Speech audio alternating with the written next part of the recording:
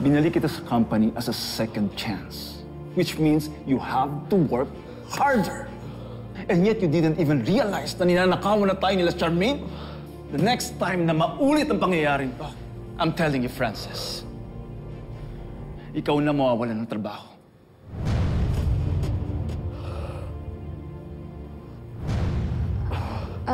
Sir Gov, babalik na lang po ako mamaya. No. Come in, tata. Tayo nagagawa ng trabaho na hindi kayang gawin ng iba. I'll go back to my office, Sir Gov. I'll make sure to address all of Charmaine's misconducts with corrective actions. Hindi na. Umuwi ka na. Kung makahawa ka pa dito, padadala ko lang kay Tata sa bahay ang mga trabaho mo. Okay, Sir Gov.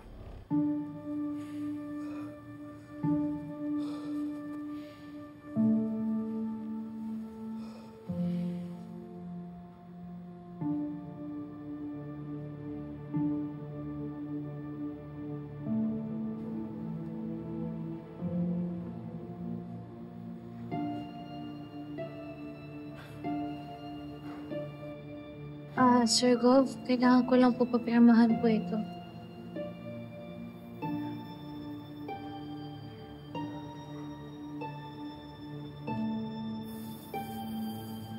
Masanay ka na sa akin, Tata. Ang trabaho. Hindi pwedeng huminto ang trabaho kahit may sakit ka. Maraming nakaasa sa company.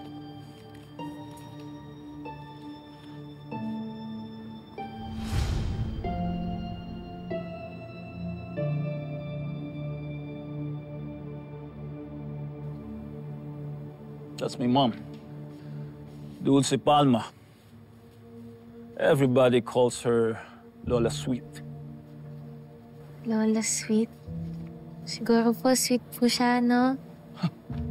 On the contrary, sa kanya ko lahat natutunan ng pagiging stricto ko sa trabaho. Our restaurants were named after my dad, Sir Joel Palma. Dugot pawis ang pinuhunan ng mga magulang ko para sa kumpanyang ito. And all of our businesses. Kung ano nakikita niyo sa akin, triple ang pagiging stricto nila. After this, bring this all to Francis. Sige po.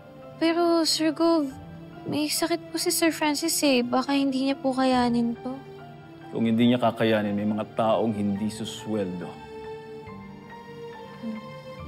Naintindihan ko po.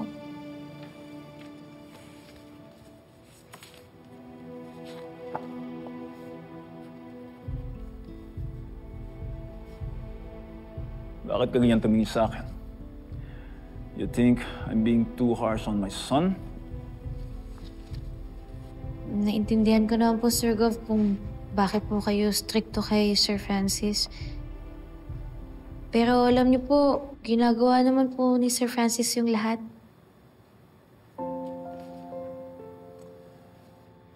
He is doing everything, but still not good enough.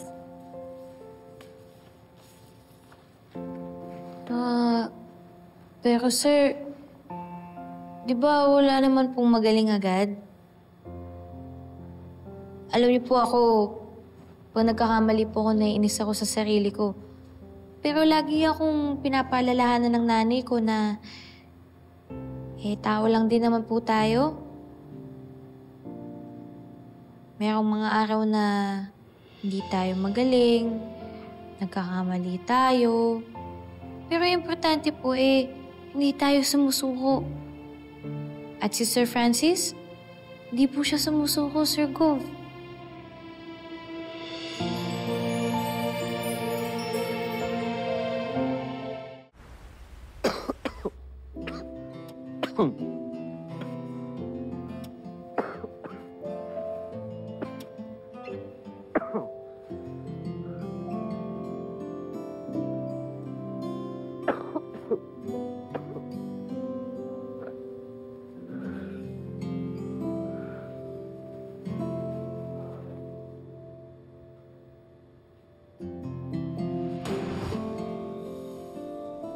Kuya, pagalitan na naman ako ni Sir Golf. Lahat na lang ng gawin ko, mali. Francis, mali naman talaga yung ginawa mo kanina, di ba? Nagkamali ka ng computation, nag-over budget tayo. Palibhasa, kuya.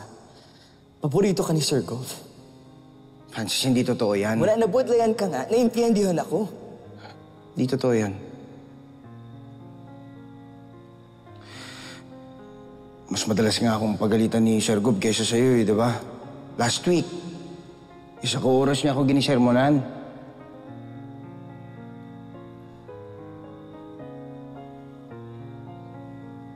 Well, hindi naman talaga tayo mga totoong anak ni Sir Golf. No wonder he treats us this way. Francis, hindi na matuod. Tsaka parang hindi ka naman sanay kay Sir Gob.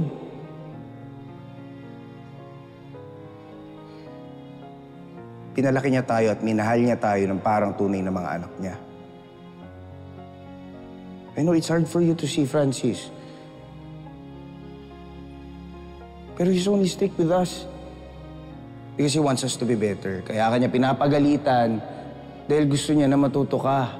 Kasi he's not giving up on you. He's just being a father to us, Francis. Sa paraang alam niya.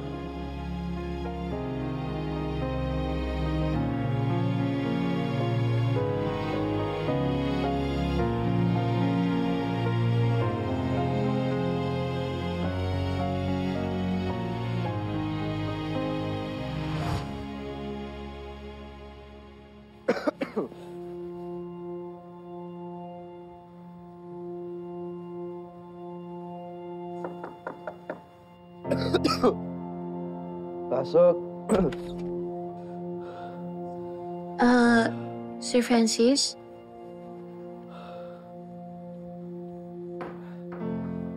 Sir, sorry may mga papapirma lang kasi ako eh. Ikaw na lang kasi yung kulang sa mga signatory. Para sana makasahod na yung mga tao sa Makalawa. Kailangan mo pirmahan to. Okay na. Review ko lang.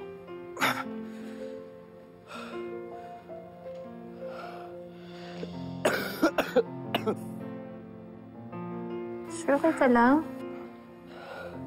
Sir. Nakainom ka na ba ng gamot mo? Gusto mo tumawag ako ng doktor para ma-check ka? No need that, ha? Isang kaso lang to. Nakainom na ako ng gamot. Hindi na pati yung bata. Ikaw magsuot? Effective yun.